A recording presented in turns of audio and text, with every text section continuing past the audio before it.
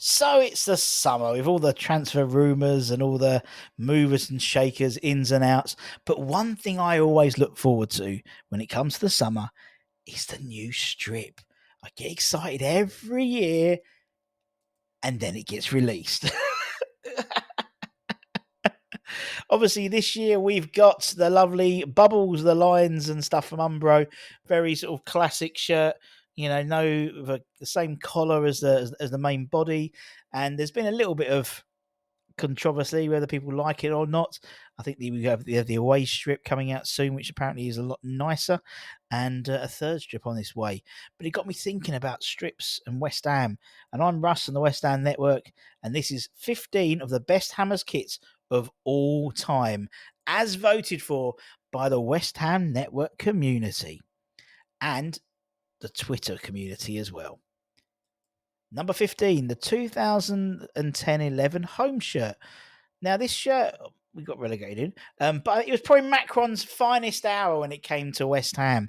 Indeed, it's very reminiscent of the Burnley strip that Umbro have announced for them this year in the Premier League, with the very smart collar and just very simple colours, simple sleeves. Well, obviously has Scott Parker in it, prime Iniesta. That was Jonathan Spector that day against Man United in the Cup when he was just ripped them a new one. Colton Cole jumping in the snow. All those memories. Don't worry about the relegation. The 2003-05 home shirts. Now, this shirt we got promoted in. JobServe, Reebok, classic. The collar was a strange collar, if I remember. It sort of was a collar in a collar. That little strange triangle bit. Never quite didn't know if I liked that bit or not. Obviously, the likes of Bobby Zamora, Jose Benayoun, Marlon Harewood, and also one Carlitos Tevez also wore the JobServe kit. Number 13, the 92-93 away shirt. This shirt has been replicated many times since its arrival in the 1993 season. The Argentinian kit, we called it. We got promoted in the kit. Dagenham Motors as the sponsor, and one hell of a man wearing it there. The 93-94 home shirts. Obviously, we got promoted in 92-93 and the first Premier League season for West Ham in the 93-94 season, and we went all out. We got a new shirt maker. We got Pony in, and we got the V, the famous V with the double collar in terms of the double blue line collar. I like that collar. Obviously worn by and I like the shorts as well. The likes of Trevor Morley. We had that game against Man United where we stopped them winning the league. Do you remember? And then the likes of Tony Cottee returning to wear the Pony shirt. Number 11, the 15-16 home shirt. Obviously, this was our last season at the Bowling, and Umbro tried to give us a classic shirt for that last ever season at the Bowling Ground. And obviously, it was all gold. It was classic. It was claret, just with the blue sleeves. That sort of weird double collar again. You had the... I didn't really like that. Mark Noble's best ever season for West Ham. And a little French bloke helped out as well and made it a really interesting season. Number 10, the 2000-2001 away shirt. Now, obviously, this was the navy blue shirt, very classic by Fila. And Dr. Martens logo as well, worn by the likes of Di Canio, worn by the likes of Davor Suker, Steve Lomas. And when I see this strip, I think of one man and one man only, Hannu Tiernan. Remember him on loan? That game against Man United, he was like... Well, he was like Vidic before Vidic came along, an amazing player, the Finnish international. And then we didn't spend the £7 million that they wanted to make it permanently. Instead, we went and bought Javier Margas, I think. Number 9, the 85-86 home shirt. Slightly maybe low in the ratings, but it's all very, very close and tight in terms of percentages. Obviously, our greatest ever league position in the top flights, Avco, Adidas, a shirt which is often replicated as a retro shirt. The likes of McAvenny, Cottee, Waldy, very short shorts there, Mark. And Alvin Martin again, but he's got hair this time. Great shirt. The 83-84 season home shirt. Again, another Adidas shirt. Obviously, the one before our 80, 85, 86 Boys' 86 shirt. Great shirt, this one. Simple. You've got the crossed hammers just in white. Adidas, you've got the piping, and you've got the big band across the middle of blue, worn by the likes of Brookin, Bonds, Lampard Senior. Number 7, the 92-93 home shirt. Maybe slightly high for some people. Again, very similar, literally percentage points between them all, to be honest, in this middle bit. Obviously, we got promoted in the 92-93 season. This maybe was slightly higher up because it took it took inspiration from this shirt for the last season's home shirt.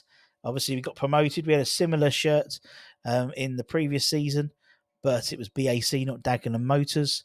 The likes of Mad Dog, Robbo, Georgie Paris. Number 6, the 1960s away shirts. By this, we meant the blue with the 2 claret bands, one which has been replicated again several times for away shirts throughout our history. But the original, so simple, so classic, an absolute peach of a shirt for an away shirt. Moro, Hurst, Best, oh, that gorgeous shirt. Number 5, the 63-66 home shirt. By this, we mean the classic claret with blue sleeves and the claret badge on a white patch. We also released it, I believe, before with the blue patch, but the white patch just looks better and stands out a lot more for me. The likes of Moro, Peters, our cup-winning side, all that gorgeous shirt. And obviously a shirt which is, again, used quite a lot in retro shirts. 1980 away shirt, much like the 63-66 shirt. People, when we win stuff, love the shirt even more. Will that happen with the orange shirt? I don't think so when it comes to West Ham and the Europa Conference League winning shirt. But obviously, we won the FA Cup in that 1980s away shirt. The likes of Trevor Brookie scoring that header against Arsenal in the final.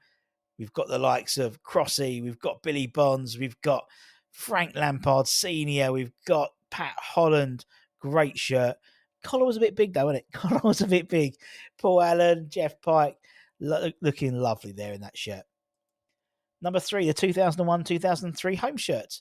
Another Fila shirt now. Again, simple.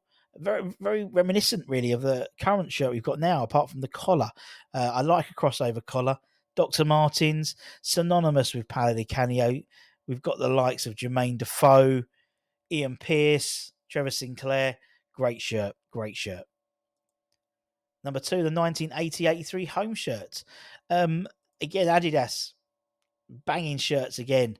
You've got the gold piping, gold sort of stitching on the badge. You've got the claret stripes on the blue sleeves, but you've got that weird collar. You've got the weird collar. And if you see, obviously worn by the likes of Trevor Brooking, but if you see with Crossy, when he put a sweat on, it looked red. It looked really, really red, that collar. And obviously Devo in his first stint before his injury. And 1999, number 1, 1999 to 2001 home shirt. It probably had to be. It's a very, very, as I said, he got the top vote with about 300-400 votes amongst the West Ham Network community. But it's just the classic Di Canio shirt, isn't it? The classic shirt of that time and that period under Harry Redknapp. You've got the blue, you've got the collar, you've got that random button for no apparent reason. You've got the big badge, the likes of Di Canio, Moncur when he's untucked and literally down by his ankles. You've got the youngsters as well. You got Rio, Frank, and Joe Cole. Great shirt and a great winner, I think. But any other kits? There's hundreds out there. What about the current kit? Where's that going to rank? Let us know in the comments.